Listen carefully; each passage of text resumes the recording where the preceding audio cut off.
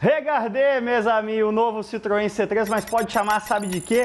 De melhor Renault Kwid do Brasil. Sim, a Citroën usou uma fórmula que a própria Renault já usou lá atrás, quando trouxe o Sandero para cá pela primeira vez.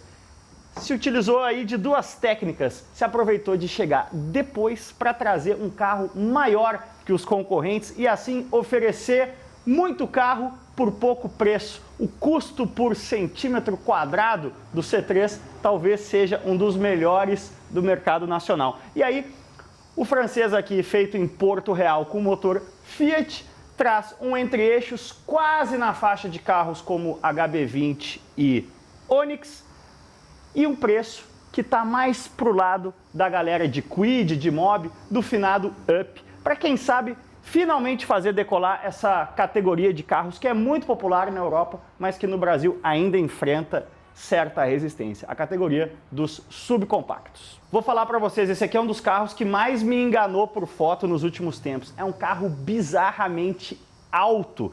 Se você coloca o C3 do lado de um HB20, de um Onix, olha, ele ganha aqui quase que o teto inteiro de altura, coisa de 10 centímetros a mais. Umas proporções um pouco estranhas, mas que garantem duas coisas. Primeiro, essa sensação de SUV que o povo quer, e o próprio Kwid, um dos principais concorrentes, era o SUV dos compactos. Dá uma olhada aqui, ó, eu tô na posição mais baixa, nessa versão Fuel aqui a gente tem a regulagem do assento manual, e mesmo assim as minhas pernas ficam muito flexionadas, olha aqui. Você fica sempre nessa posição cadeirinha, posição meio picapinha, que é o que a galera curte. E não dá para criticar a Citroën por oferecer o que a galera quer. E o que a galera quer? Mais por menos, né? Assim como o Sandero era quase um hatch médio em dimensões por preço de hatch compacto, o C3 é quase um hatch compacto em dimensões por preço de subcompacto. A galera também quer economia de combustível, por isso a gente tem o 1.0 Firefly aqui debaixo do capô. 75 cavalos no etanol retrabalhado aí depois do Procon VL7, um motor que chegou a ter mais de 80 cavalos, né? Vou falar para vocês, desempenho não é exatamente o forte do C3. Por quê? Bom, chama a lei da física, você oferece mais carro com a mesma motorização do segmento, fica um carro mais pesado, menos aerodinâmico do que a concorrência, e aí a gente está falando de acelerações de 0 a 100 na casa de 15 segundos, mas vamos combinar que quem realmente vem para esse segmento não está priorizando a aceleração. Ainda na filosofia de preço de subcompacto por um hatch quase compacto, bom, aqui em matéria de porta-malas o C3 dá uma bela espancada nos seus dois principais concorrentes aí, Kwid e Mob, mas aqui você percebe, por exemplo, até no peso da folha, né, na qualidade do aço utilizado, que ele é sim um carro que está mais para um subcompacto na categoria de Kwid e Mob do que para um hatch compacto mais refinadinho como um Onix e Mob. Essa versão Fuel aqui é sua por R$ 78.990, provavelmente a versão que vai fazer mais volume, é onde o C3, vem mais equipadinho, principalmente aqui com a central multimídia de 10 polegadas, é a que fica bonitona na foto, mais uma vez, é o que o povo quer. É impressionante o contraste, né, entre o multimídia de 10 polegadas bonitão e o clusterzinho aqui tão humildão, só com, acho que umas 3 polegadas, é a parte mais simples do carro. E aí, voltando aí a essa questão de como o C3 até engana por fotos, ele é um carro que quando você olha, por exemplo, o painel, eu vi as fotos, ele parecia quase um C4, né, o volante com design parecido, esses detalhezinhos cromadinhos aqui nas saídas de ar, mas quando você entra dentro do carro, você vê sim que a gente está falando de um subcompacto plástico duro, com bastante granulado, vamos chamar assim, por tudo. Essa peça azul aqui engana bem, mas ele é sim, em matéria de qualidade dos materiais, percepção de qualidade do interior, ele tá sim mais para subcompacto do que para compacto. Ele não senta na mesma mesa aí de carros como HB20, como Polo. Agora, se você entrar no site da Citroën e montar esse carro, como eu falei, R$ 78.990, se você equipar um Onix ou um HB20 ou um Polo de forma parecida também, em termos parecidos de motorização, você vai gastar aí de 5 a 10 mil reais a mais. E se você fizer a mesma coisa com um Kwid ou com um Mob, você vai gastar coisa aí de 5 a 10 mil reais a menos. Ou seja, a Citroën realmente encontrou uma fórmula do sucesso aqui, ou pelo menos um nicho, né? O sucesso é o tempo que dirá se a coisa vai ser bem sucedida ou não, mas realmente o C3 dividiu ali, encontrou um gap entre os subcompactos e os compactos no mercado nacional e talvez ele surfe um pouco sozinho por um tempo nesse nicho. É um carro muito importante para a Citroën no Brasil, né? Não custa lembrar, a Citroën vinha com somente um modelo no Brasil, C4 Cactus, a rede havia diminuído bastante. Agora, dentro do contexto Stellantis, a Citroën volta a ter um carro de volume, ela tem uma missão de estar posicionada abaixo da Peugeot e é por isso que um C3 sempre vai ser mais barato do que um 208 equivalente, tem menos refinamento, mas no caso desse C3 tem mais espaço no banco traseiro e também no porta-malas. Falando em banco traseiro, um outro ponto forte do C3, né, principalmente quando a gente compara com o Kwid Mobi, olha que espaço legal. O fato do carro ser muito alto gera esse espaço grande aqui, ó, embaixo do assento dianteiro para as pernas de quem vai atrás. Lembra muito a arquitetura dos antigos Fiat Uno, Premio, Elba quadradões, eram assim, era um dos segredos para aqueles carros serem tão espaçosos. E aí, essa dicotomia do C3 entre aspas, não saber se é um subcompacto baratinho ou um hatch compacto mais refinado, continua aqui no banco de trás. Por um lado, a gente tem saída USB, tem o vidro elétrico clássico aqui até da primeira geração do C3 que a gente teve no Brasil, né? Esse comando aqui centralizado é uma forma de baratear e você ter um comando único, né? Aqui, tanto quem está atrás quanto quem está na frente. É democrático, né? Fica ruim para os dois, mas você não precisa ter comandos redundantes na frente e atrás para o vidro. Mas olha só, a chave do C3, bom, aí a gente está falando de subcompacto puro, né? Quanto tempo fazia que eu não vi uma chave que sequer a opção de chave canivete tem? Essa chavona, e é uma chave grande, olha o tamanho que fica. Isso aqui para furar o bolso de alguém é uma beleza. De volta aqui fora, mais alguns detalhes interessantes de design. A gente tem aqui os LEDs diurnos em todas as versões, lembrando que o C3 começa em R$68 mil na versão peladona, né? Essa sim, super direcionada para bater de frente aí com o Kwid e Mobi, mas olha só esse ressaltão aqui, essa frente quadrada, realmente dá uma sensação de SUV. Quando você está ali dentro, você vê o capô quadrado, assim, imponente na sua frente, uma coisa rara para esse segmento. Mas dando aí a escala da dimensão do carro, essa roda é aro 15, a roda de liga aro 15 da versão Fuel, parece menor, né? Isso aí mostra bem para vocês como o C3 tem proporções um pouco usuais, vamos chamar assim, principalmente na questão da altura. E continua tendo alguns easter eggs aí de mundo Stellantis, como por exemplo, os espelhos retrovisores idênticos ao do 208. Em matéria de equipamento, depois da versão Fuel, você tem a versão Fuel Pack com alguns guerigueres a mais, mas principalmente você tem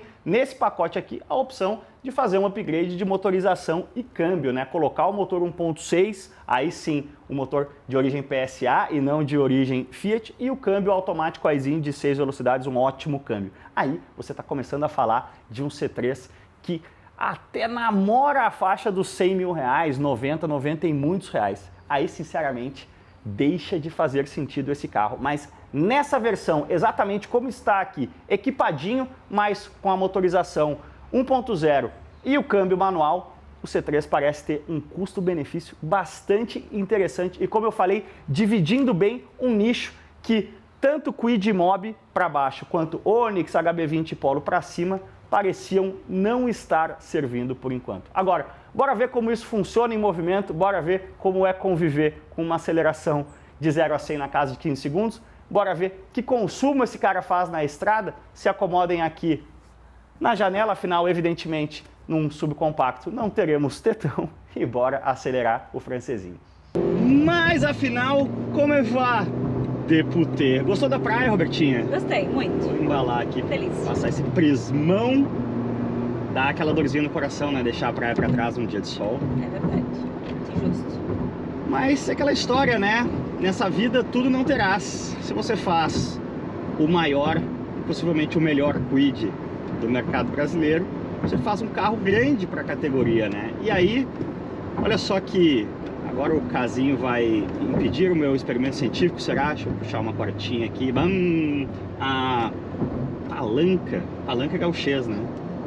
Do câmbio aqui é idêntica do 208. De quarta ele até que se defende, mas ó, jogando uma quinta aqui no plano, ó, pé embaixo, ó, 112, 113, 115, É um câmbio que acho que a quinta até alonga um pouco mais. Olha só o nosso cluster de gloriosas, acho que deve ter 2 ou 3 polegadas aqui. Existe um computador de bordo. Então segura essa tração. Na companhia de Sérgio Maurício e Reginaldo Leme aqui no Waze. Mas você precisa mexer no computador de bordo aqui no próprio cluster. Mas ó, a nossa média de consumo e o consumo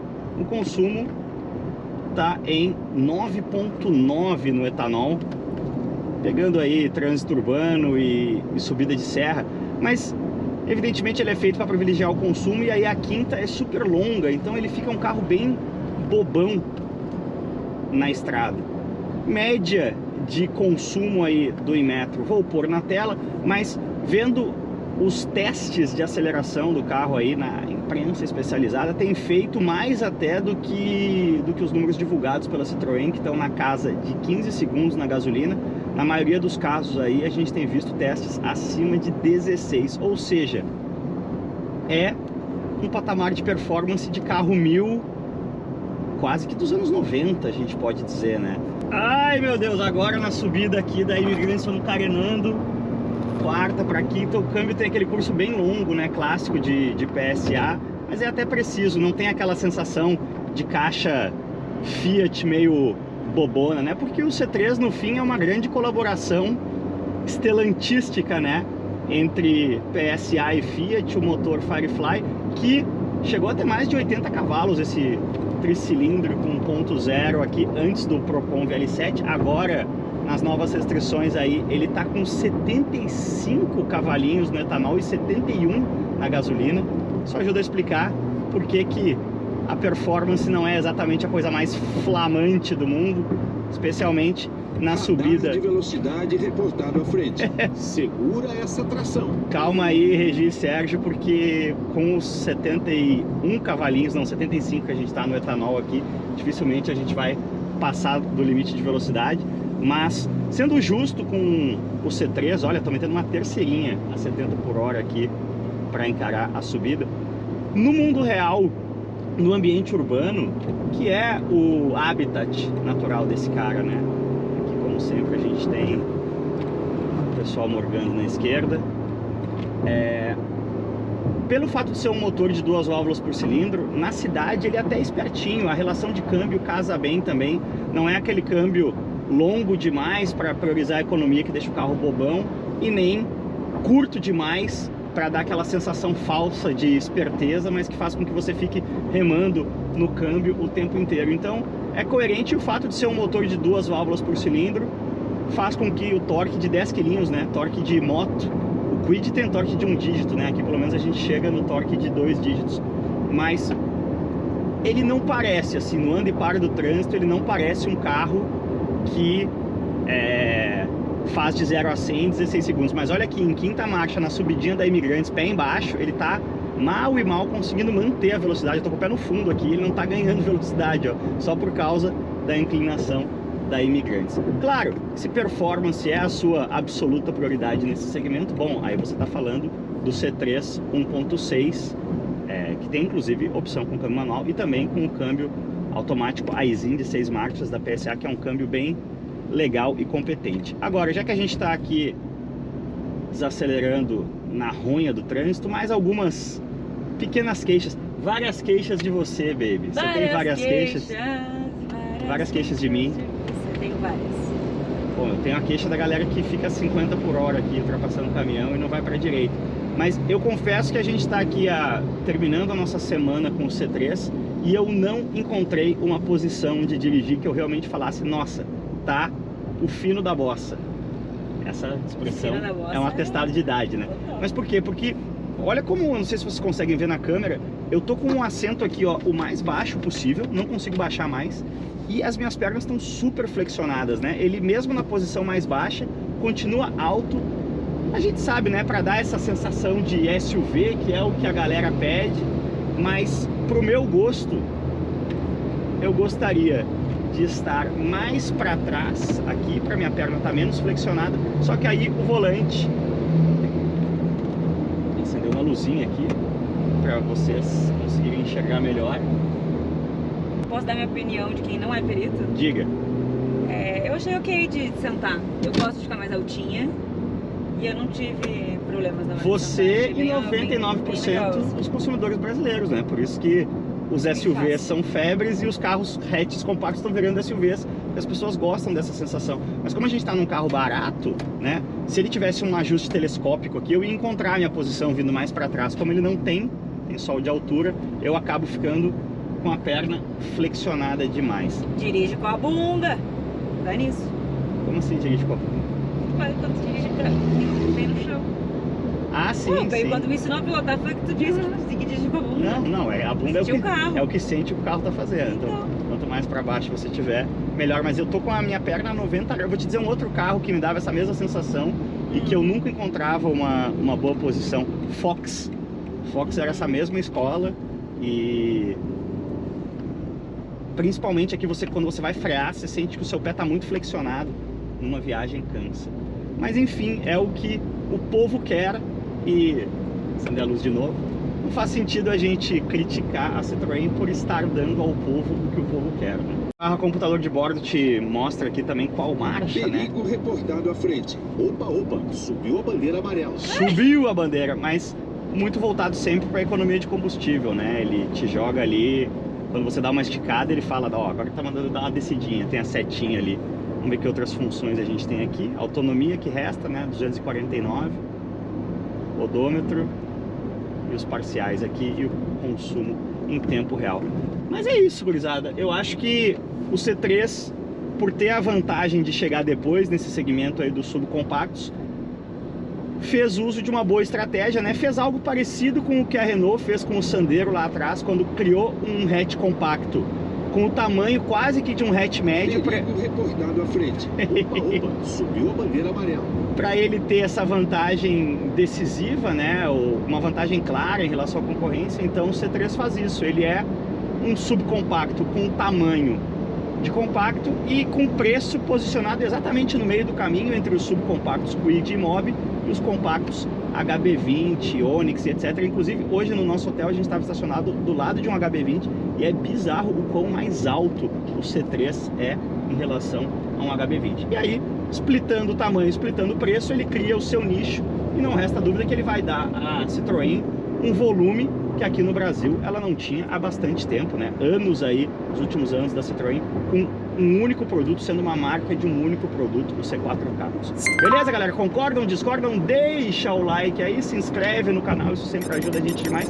Deixa aí nos comentários se você acha que a Citroën acertou em criar aí esse subnicho para o C3, ou se no fim o pessoal vai preferir gastar menos para entrar num Kwid ou num Mobi, ou gastar um pouquinho mais para entrar em projetos um pouquinho mais refinados como Onix e HB20 e Polo.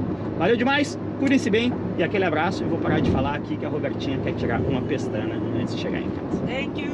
Valeu.